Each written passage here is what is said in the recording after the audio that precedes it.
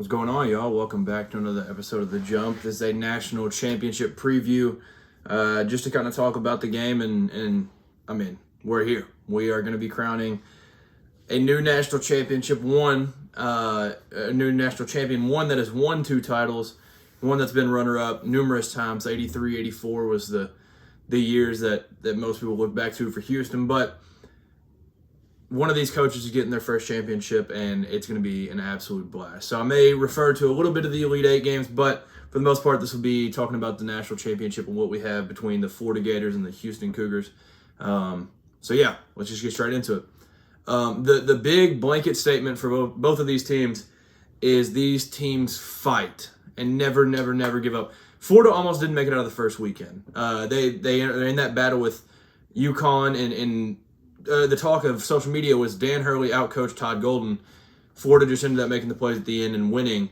And then even the Texas Tech game, where they were absolute counted dead. There was no chance. What was it? Down 9 with 2 minutes left, down 9 with 3 minutes left, whatever it was. Walter Clayton Jr. takes over. They end up winning that game. There were 2 different occasions where they should have been done. And for Houston, I mean, you can refer back to the Kansas game earlier in the year. Even all the overtime games that they did lose, I think they're 34-4 now, 35-4. I don't even know. But even the losses, just to get them to overtime, proves the fight of these teams, of this Houston team. And the Purdue game, the Tennessee game was dominant, but this game, not giving up against Duke, these teams, usually you'll end up with like one team that you can say is a fighter. They're not done. They could still lose that game maybe. But like, this is a rare occasion where you have 2 teams that are probably the best comeback teams in America, where both of these teams have fought. I mean, Florida lost the Georgia game that you look back to like a month and a half ago, whatever it was. But they were down like 20-something and ended up coming back and almost winning that game. So it's just been incredible to follow these 2 teams all year. Just endless fight and just so much grit out of these 2 teams. And yeah, it's going to be an absolutely amazing championship. And San Antonio, if I lived any closer, I'd probably just be there. But I cannot wait to watch it. So I'm pretty sure, I don't know if this is a certain stat, but I'm pretty sure this would be either, if Florida wins, it will be the youngest head coach to ever win a championship. And if Houston wins, it will be the oldest coach to ever win a national championship. So we're getting history either way. If you're a college basketball fan, you got to love that. If Houston wins, they will break the streak. I think it's the week 6 AP poll where every national champion, maybe ever, maybe not 2014 UConn because they kind of throw off all the stats, but that in the top 6, or in the week 6 AP poll, the top 12, the national championship has come from that group every single year. Houston was 15th in that poll. So that would be historic. Like, that would actually be crazy. And a lot of the social media accounts would definitely be posting about that, because that's insane if that happens. Just because of the great track record that AP poll has at that point. So that would be wild. Like I said, Houston's chasing their first championship. This is arguably, I think Gonzaga's definitely got an argument. There's a few other teams that you can make the argument before, but Houston is arguably the best team to ever not win a championship. They've been runner-up a couple times. They've made great runs. They lose in the COVID tournament in the 2021 season. Last year, they're probably going to make a run. Jamal Shead gets hurt. I mean, there's the Jordan Poole shot. There's the Kentucky shot, with Tyler Hero. Like, it's been insane, the bad luck they've had, but the consistent culture that Kelvin Sampson has put into this program. And you could tell by, like, Marcus Sasser's story last night. Like, he was like, "You the GOAT."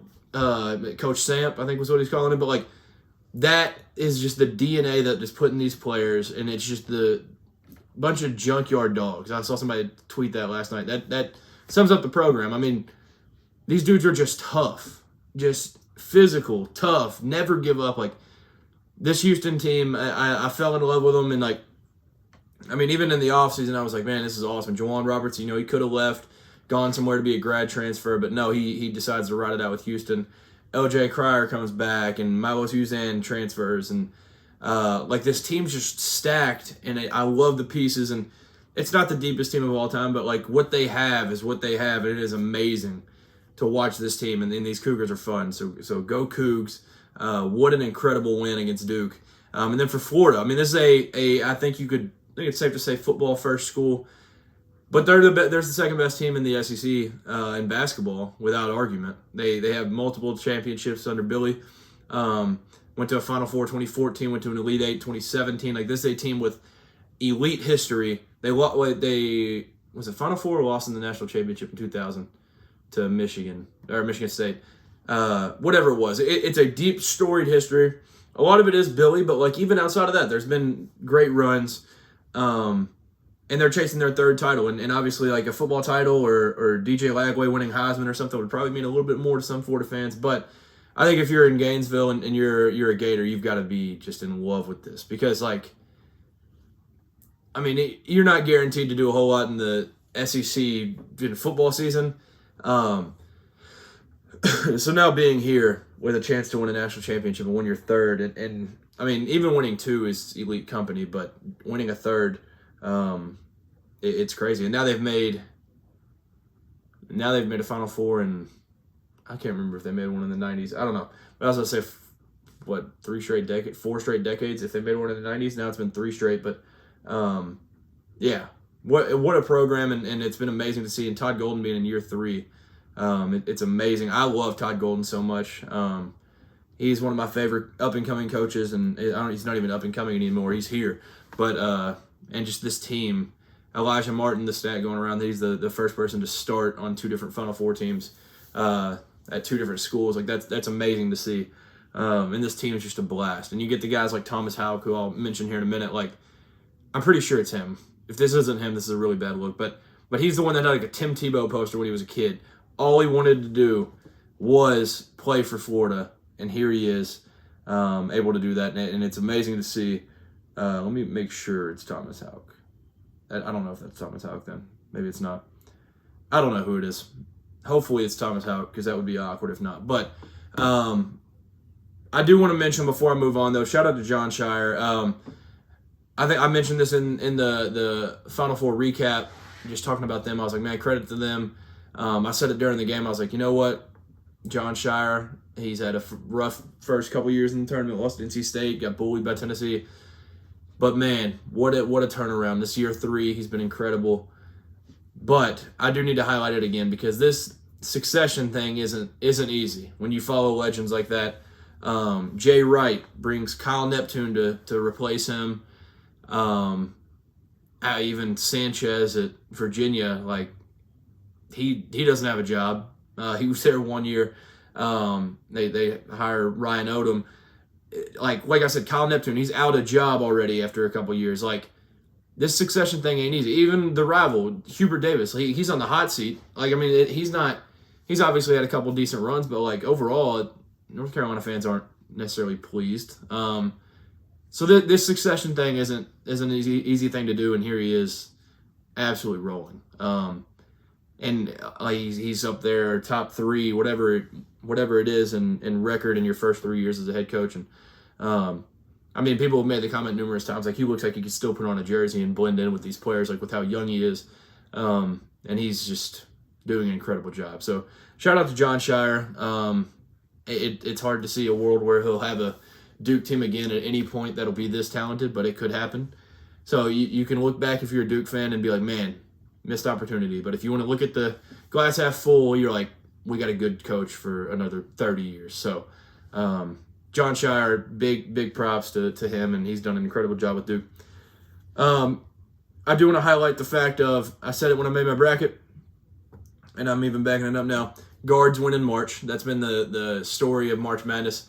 If you just go throughout history, good guards that play well, that's what wins in March.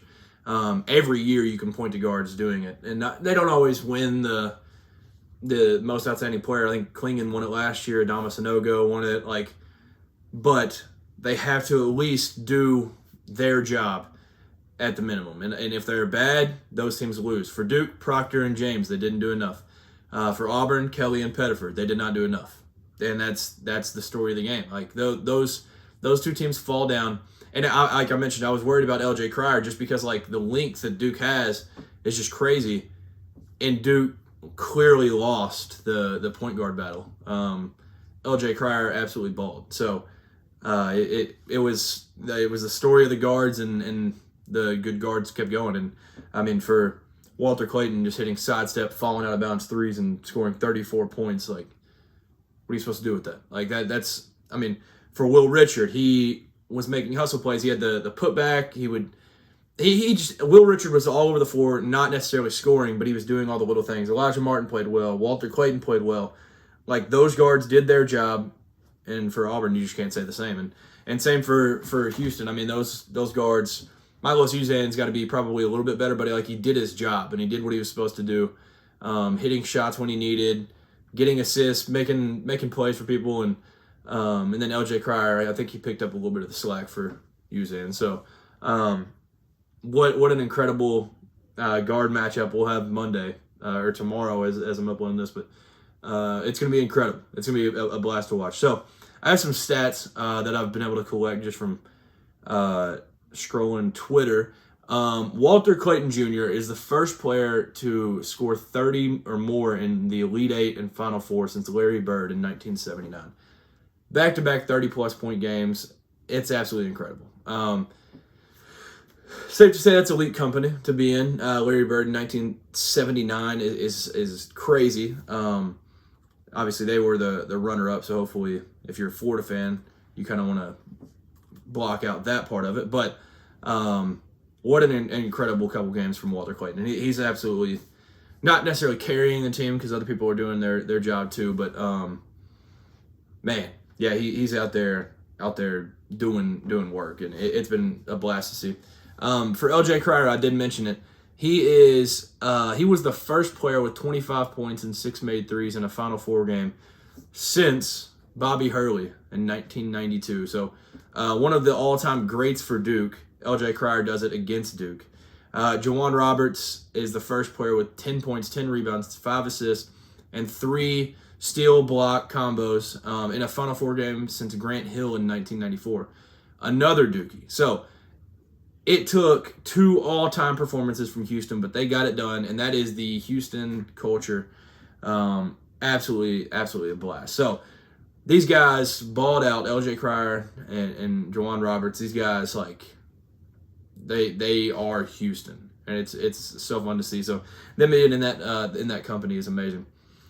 Duke is the only team to have a NCAA tournament game with a higher field goal percentage, more free throw attempts, more assists, fewer turnovers, more steals than their opponent, and yet still lose. Teams have been 335-0 when doing all that in the tournament. That's crazy. Shout out to OptaStats for that one. The other ones, I saw like a billion people put them out, so I didn't know who to credit. But OptaStats put that one out. That one is absolutely insane. So this one's not necessarily a stat. This is just a kind of fact check. But in KenPom, which we all love, we have the number 2 KenPom team, the Houston Cougars, that have the 10th offensive rating and the 1st defensive rating, versus the number 3 KenPom team, Florida, 2nd offensive rating and 9th defensive rating. So these teams it's like just so similar, which makes sense on why the spread is almost a pick 'em. I think it's 4 to 1.5 the last I looked. So these two teams have been elite all year. They've both been like top 15. It felt like the entire season.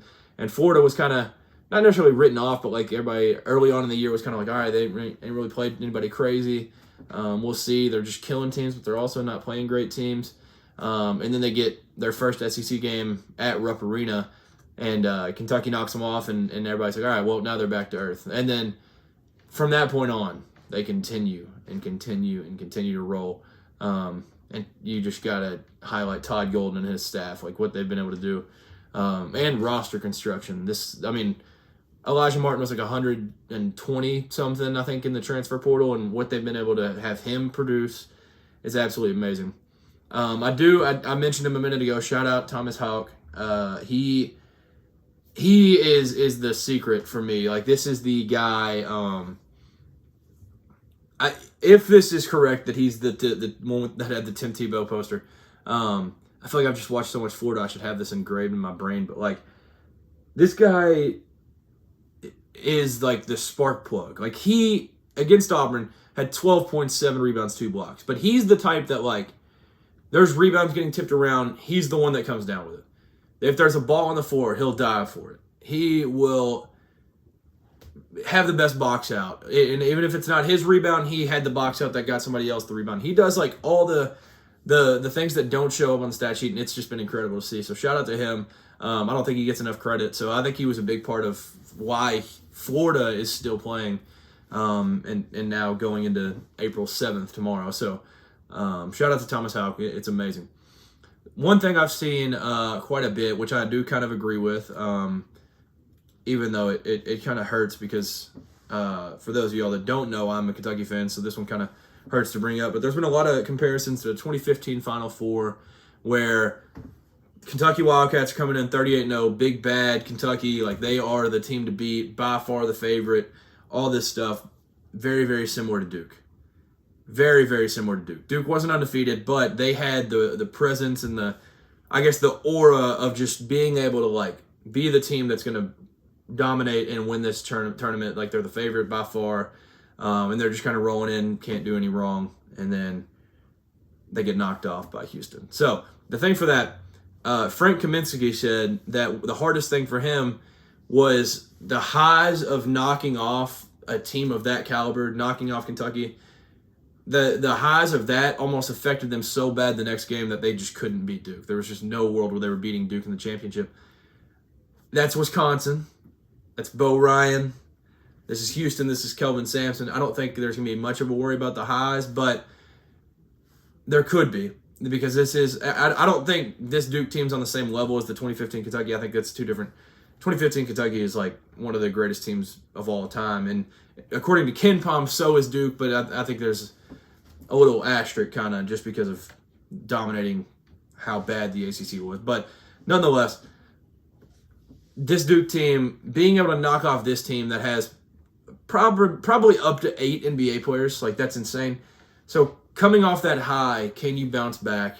And I think you could kind of tell from like Kelvin Sampson post-game interviews in the presser, and then just little clips I had seen on Twitter. Like I think he's chilling. His first comments were like, "I'm about to go and probably go take a shower, and I'm going to be watching Florida." Like, and that was like it. Like he wasn't overly like excited or anything. Like in the post game, right when they go back to the locker room and they're slapping the Houston for the national championship slot. Him and Roberts, they're just sitting there and they smack it. He's up and down yelling, but then he's all the way back down to earth. He says, "I'm gonna go watch Florida right now." So I don't think that's gonna be the same comparison.